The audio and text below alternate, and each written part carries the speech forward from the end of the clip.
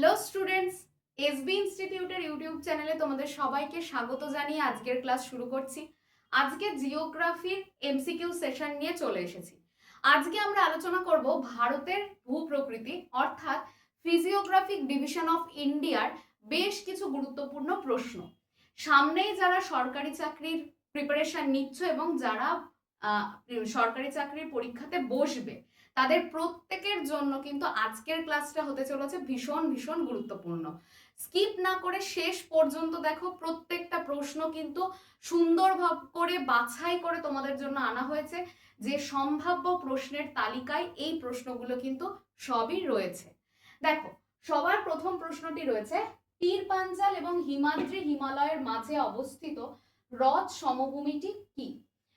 Option A তে আছে চম্বি উপত্যকা, বি দেরাদুন, সি কাশ্মীর উপত্যকা, ডি মুসৌরি। অপশন সি হয়ে যাচ্ছে একদম সঠিক উত্তর। অপশন সি সঠিক উত্তর। কাশ্মীর উপত্যকা কিন্তু পীর পাঞ্জাল এবং হিমাদ্রি হিমালয়, আবার পীর পাঞ্জাল এবং জাসকার এদের প্রত্যেকের মধ্যেই কিন্তু অবস্থিত। কোশ্চেনটা কিন্তু দুভাবেই দিতে পারে। পীর পাঞ্জাল এবং জাসকারের মধ্যে কোন উপত্যকা অবস্থিত? কাশ্মীর ভ্যালি। যদি দেয় যে পীর পাঞ্জাল এবং হিমাদ্রির মাঝখানে কোন উপত্যকা বা হ্রদ সমভূমি অবস্থিত, সেটাও কিন্তু কাশ্মীর ভ্যালি হবে বা কাশ্মীর উপত্যকায় হবে। পরবর্তী প্রশ্ন দেখো, বলছে কাশ্মীরে অবস্থিত হিমালয় পর্বতমালাটি হলো, হিমালয়ের পর্বতমালাটি হলো। অপশন এ তে আছে জাসকার, বি আছে ধৌলাধর, সি আছে নাকটিব্বা এবং ডি আছে সিঙ্গালীলা। তাহলে কাশ্মীরে অবস্থিত হিমালয়ের কোন পর্বতমালা আছে? তাহলে এখান থেকে কিন্তু সঠিক উত্তর হয়ে যাবে অপশন এ জাসকার, যেটা কাশ্মীর হিমালয়ের অন্তর্ভুক্ত। এরপর দেখো, বলছে যে কাকে বসুধার ধবল শীর্ষ বলা হয়? অপশন এ আছে বিন্ধ্য পর্বত, বি আছে mount Everest, C Karakoram, D আরাবল্লী। এখানে বসুধার ধবল শীর্ষ বলা হয় কিন্তু অপশন সি কারাকোরামকে। তাহলে এটা কিন্তু অবশ্যই তোমরা মাথায় রাখবে। এরপর দেখো, আন্দামান এবং নিকোবর দ্বীপপুঞ্জের সর্বোচ্চ শৃঙ্গের নাম কি? অপশন এ তে আছে গোরক্ষনাথ, বি আছে ব্যারেন, সি আছে নারকোন্ডাম, ডি আছে স্যাডেল পিক। এখানে সঠিক উত্তর হয়ে যাবে কিন্তু অপশন ডি স্যাডেল পিক। আর এটা কোথায় আছে? এটা কিন্তু রয়েছে উত্তর আন্দামানে, উত্তর আন্দামানে। আর তোমরা এটাও জানো যে ব্যারেন হচ্ছে আমাদের ভারতের একমাত্র জীবন্ত আগ্নেয়গিরি, নারকোন্ডাম হচ্ছে সুপ্ত বা ঘুমন্ত আগ্নেয়গিরি। তাহলে এটাও কিন্তু মাথায় রাখবে। পরের প্রশ্ন দেখো, বলছে নিম্নলিখিতগুলির মধ্যে কোনটি বেমানান? এখানে উত্তরটা, এখানে কোশ্চেনটা হবে কোনটি বেমানান। অপশন এ আছে কোঙ্কণ উপকূল, বি মালাবার উপকূল, সি করমণ্ডল উপকূল, ডি কর্ণাটক উপকূল। দেখো ভালো করে যদি ভাবো, দেখো কোঙ্কণ উপকূল পশ্চিম উপকূলে রয়েছে, মালাবার উপকূল কেরালাতে রয়েছে, এটাও পশ্চিম উপকূলে, আর কোঙ্কণ মহারাষ্ট্র আর গোয়াতে আছে। করমণ্ডল উপকূল আছে তামিলনাড়ুতে, মানে পূর্ব উপকূলে। আর দেখো কর্ণাটক উপকূল, এটাও কিন্তু আমাদের ভারতের পশ্চিম উপকূলে আছে। তার মানে এখানে বেমানান কোনটা? অপশন সি করমণ্ডল উপকূল, এটা কিন্তু সম্পূর্ণ বেমানান। তাহলে যদি জিজ্ঞাসা করে এই ধরনের প্রশ্ন, তোমাদেরকে কিন্তু ভালোভাবে অপশনগুলো দেখে উত্তর করতে হবে। করমণ্ডল উপকূল যেহেতু পূর্ব উপকূলের অন্তর্গত, তাই এটা কিন্তু এদের সাথে যাচ্ছে না, কারণ বাকিগুলো সব কিন্তু পশ্চিম উপকূলের অন্তর্গত। পরের প্রশ্ন দেখো, বলছে পশ্চিম হিমালয়ের তাল হ্রদ হলো। অপশন এ আছে লবণাক্ত হ্রদ, বি আছে উপত্যকা, সি আছে হিমবাহ সৃষ্ট হ্রদ, ডি আছে গিরিপথ। তালকে বলা হচ্ছে কিন্তু অপশন সি হিমবাহ সৃষ্ট হ্রদ। এটা সব থেকে বেশি দেখা যায় কোথায়? কুমায়ুন হিমালয়, অর্থাৎ উত্তরাখণ্ডে কিন্তু সব থেকে বেশি পরিমাণে আমরা তাল দেখতে পাই কুমায়ুন হিমালয়। পরবর্তী প্রশ্ন দেখো, বলছে গঙ্গা সমভূমির প্রাচীন পলিগঠিত অঞ্চলকে কি বলে? অপশন এ আছে ভাঙ্গার, বি আছে খাদার, সি ভুর, ডি বেট। এখানে দেখো প্রাচীন পলিগঠিত যখনই বলবে তখনই মনে রাখবে পুরনো জিনিস মানে ভাঙা চোরা জিনিস, সেখান থেকে কিন্তু ভাঙ্গার। তাহলে প্রাচীন পলিগঠিত অঞ্চলকে কি বলা হয়? ভাঙ্গার। নবীন পলিগঠিত অঞ্চল যদি প্রশ্ন আসে তখন খাদার। যদি জিজ্ঞাসা করে ভুর কি, গাঙ্গেয় সমভূমির যে ছোট ছোট বালিয়াড়ি আছে তাদেরকে বলা হয় ভুর। আর বেট কোথায় দেখা যায়? বেট কিন্তু দেখা যায় পাঞ্জাবে, পাঞ্জাব হরিয়ানাতে দেখা যায়, অর্থাৎ এটা সিন্ধু শতদ্রু সমভূমির অন্তর্ভুক্ত। পরবর্তী প্রশ্ন দেখো, ভারতে অবস্থিত হিমালয়ের উচ্চতম শৃঙ্গের নাম কি? অপশন এ আছে mount Everest, B Godwin Austen, C Sandakphu, D Kanchenjunga. তাহলে ভারতে অবস্থিত হিমালয়ের সর্বোচ্চ শৃঙ্গ যদি জিজ্ঞাসা করে, অপশন ডি হয়ে যাবে right answer, Kanchenjunga. Option D হয়ে যাবে সঠিক উত্তর, কাঞ্চনজঙ্ঘা। কারণ মাউন্ট এভারেস্ট হিমালয়ের সর্বোচ্চ শৃঙ্গ, কিন্তু এটা তো ভারতে নেই, এটা কোথায় রয়েছে? নেপালে আছে। আবার দেখো গডওয়িন অস্টিন, এটা তো কারাকোরামের অন্তর্ভুক্ত, এটা তো হিমালয়ের অন্তর্ভুক্ত নয়। আর কেটু কিন্তু আমাদের দ্বিতীয় উচ্চতম পর্বত শৃঙ্গ পৃথিবীর মধ্যে, আর ভারতের মধ্যে কিন্তু প্রথম। যেহেতু হিমালয়ের অন্তর্গত নয়, তাহলে এই উত্তরটাকে কিন্তু আমরা নিতে পারছি না। পরের প্রশ্ন দেখো, সাগর মাথা নেপালি ভাষায় কি বলা হয়? কার অপর নাম? A Bangopasagar, B Andaman, C mount Everest, D Godwin Austen. এটা হবে অপশন সি, মাউন্ট এভারেস্টের অপর নাম কাকে বলা হচ্ছে? সাগর মাথাকে। তাহলে এটা মনে রাখতে হবে। পরবর্তী প্রশ্ন দেখো, যে শৃঙ্গটির নিকট হিমালয় পর্বতে সিনটেক্সিয়াল বাঁক আছে সেটা কোনটা? অপশন এ তে রয়েছে ত্রিশূল, বি আছে মাকালু, সি আছে নন্দা দেবী, ডি রয়েছে নামচা বারোয়া। দেখো হিমালয়ে কিন্তু দুটো জায়গাতে সিনটেক্সিয়াল বাঁক দেখতে পাই আমরা। একটা হচ্ছে কোথায় কোথায় নাঙ্গা পর্বত, যেটা জম্মু কাশ্মীরে রয়েছে, আরেকটা হচ্ছে অরুণাচল প্রদেশের নামচা বারোয়া। এই দুটো জায়গায় কিন্তু হিমালয় কি করছে? চুলের কাটার মতন বাঁক নিয়ে দক্ষিণ দিকে নেমে আসছে, এটাকে বলা হয় সিনটেক্সিয়াল বাঁক। তাহলে কোন কোন পর্বতে দেখা যায়? নাঙ্গা পর্বত আর নামচা বারোয়া পর্বত শৃঙ্গতে সিনটেক্সিয়াল বাঁক দেখা যায়। পরের প্রশ্ন দেখো, বলছে আরাবল্লী পর্বত কোথায় অবস্থিত? অপশন এ তে রয়েছে মধ্যপ্রদেশ, বি আছে রাজস্থান, সি মহারাষ্ট্র, ডি গুজরাট। আরাবল্লী পর্বত কিন্তু অবস্থিত রাজস্থানে। এখানে যে অপশনগুলো আছে তাদের মধ্যে সব থেকে বেশি বিস্তার কিন্তু রাজস্থানে। যদিও ধরা হয় আরাবল্লী পর্বত দিল্লি থেকে শুরু করে গুজরাটের আমেদাবাদ পর্যন্ত বিস্তৃত, কিন্তু আরাবল্লী বর্তমানে ক্ষয় হয়ে যাওয়ার ফলে এখন কিন্তু আরাবল্লীর অস্তিত্ব আমরা মূলত রাজস্থানেই দেখতে পাই। তাহলে এটা কিন্তু অবশ্যই মনে রাখবে, ক্ষয়জাত পর্বত হচ্ছে বর্তমানে আরাবল্লী। তারপরের প্রশ্ন দেখো, রাজস্থানের পশ্চিমে বালি দিয়ে গঠিত শুষ্ক অঞ্চলটিকে কি বলে? অপশন এ তে রয়েছে বাগার, বি আছে রোহি, সি আছে হামাদা, ডি আছে মরুস্থলী।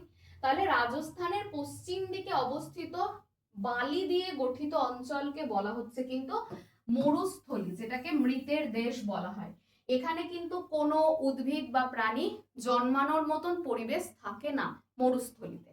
এবার দেখো এখানে আরো বেশ কয়েকটা অপশন রয়েছে, তাহলে এদেরকে কি বলা হয়? দেখো রাজস্থানে আরাবল্লী পর্বতের পাদদেশে যদি একটা তৃণভূমি অঞ্চল দেখা যায় সেটাকে বলা হচ্ছে কি বাগার।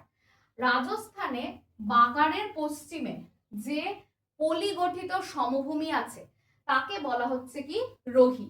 আবার রাজস্থানে বালি এবং শিলা এই দুটোর সংমিশ্রণে গঠিত যে ভূমিরূপটা তাকে বলা হচ্ছে হামাদা। তাহলে এইভাবে কিন্তু প্রত্যেকটা কোশ্চেনের উত্তর তোমাদেরকে মনে রাখতে হবে। তারপর দেখো, ভারতের একটি প্রাচীন ভঙ্গিল পর্বত হলো, অপশন এ তে আছে পশ্চিমঘাট, বি আছে পূর্বঘাট, সি আরাবল্লী, ডি হিমালয়। তাহলে প্রাচীন ভঙ্গিল পর্বত একটু আগে আমরা আলোচনা করলাম, অপশন সি আরাবল্লী কিন্তু সঠিক উত্তর। এটাকে বর্তমানে বলা হয় ক্ষয়জাত পর্বত, কিন্তু এটা ছিল প্রাচীন ভঙ্গিল পর্বত। আর পশ্চিমঘাট একটা কি পর্বত? স্তূপ পর্বত। পূর্বঘাট ক্ষয়জাত পর্বত। হিমালয় এটা নবীন ভঙ্গিল পর্বত, নবীন ভঙ্গিল পর্বত। তাহলে এই কটা কিন্তু অবশ্যই ভালো করে মনে রাখবে। তারপর দেখো, পশ্চিমঘাট পর্বতমালার দক্ষিণতম গিরিপথটির নাম কি? অপশন এ তে রয়েছে পালঘাট, বি আছে ভোরঘাট, সি আছে থলঘাট, ডি আছে খাইবার পাস। এটার কিন্তু সঠিক উত্তর হয়ে যাবে অপশন এ পালঘাট। এই ভোরঘাট আর থলঘাট দুটোই কিন্তু রয়েছে মহারাষ্ট্রে, কিন্তু পালঘাট কোথায় রয়েছে? পালঘাট কিন্তু যুক্ত করছে তামিলনাড়ু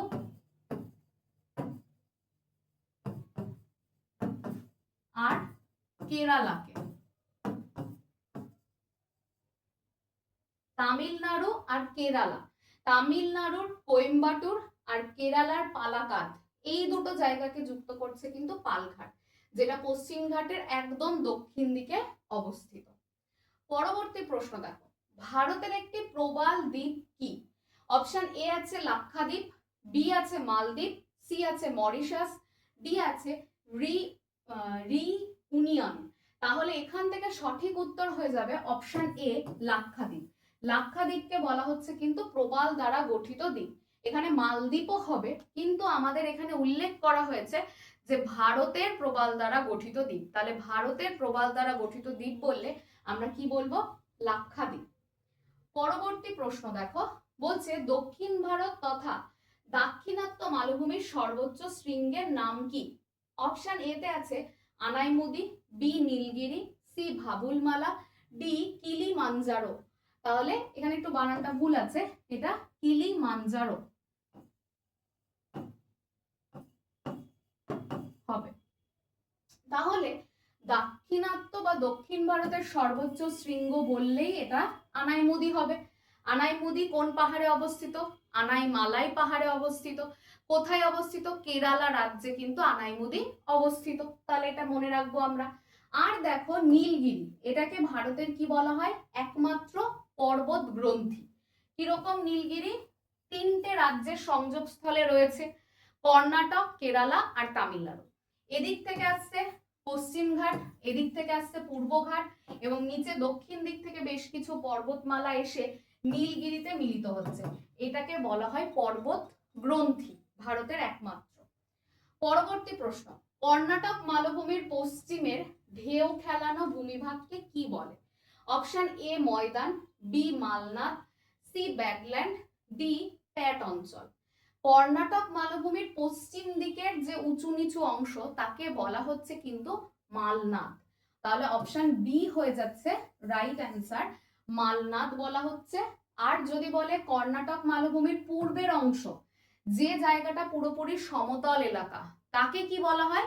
এটা কিন্তু অবশ্যই ময়দান হবে। দেখবে যে ময়দান মানে হাওড়ার ময়দান, এই জায়গাগুলো কিরকম? সমতল। তার মানে কর্ণাটক মালভূমির পূর্ব দিকটা কিরকম? সমতল, এটাকে ময়দান বলে। আর পশ্চিম দিকটা কিন্তু উঁচু নিচু পাহাড়ি অঞ্চল, এটাকে বলা হয় মালনাদ। এটা মনে রাখবে। আর ব্যাডল্যান্ড দেখতে পাওয়া যায় সব থেকে আদর্শ মধ্যপ্রদেশে চম্বল নদীর অববাহিকায়। আর প্যাট দেখতে পাওয়া যায় কোথায়? প্যাট দেখতে পাওয়া যায় ছোটনাগপুর মালভূমি অঞ্চলে। তাহলে এগুলো কিন্তু সবকটাই তোমাদের মাথায় রাখতে হবে। পরবর্তী প্রশ্ন দেখো, আরাবল্লী পর্বতের সর্বোচ্চ শৃঙ্গের নাম কি? অপশন এ তে রয়েছে Dhupgarh, B Godwin Austen, C Kalsubai, D Guru Shikhar. আরাবল্লী পর্বতমালার সর্বোচ্চ শৃঙ্গ যখনই বলবে তখনই আমরা মনে রাখবো গুরু শিখর হয়ে যাবে সঠিক উত্তর, যেটা রাজস্থানে রয়েছে। আর ধূপগড় সাতপুরার সর্বোচ্চ শৃঙ্গ। ধূপগড় কার সর্বোচ্চ শৃঙ্গ? সাতপুরা। গডউইন অস্টিন বা কেটু কার সর্বোচ্চ শৃঙ্গ? কারাকোরামের সর্বোচ্চ শৃঙ্গ। আর কলসুবাই, এটা কিন্তু মহারাষ্ট্র মালভূমির সর্বোচ্চ শৃঙ্গ।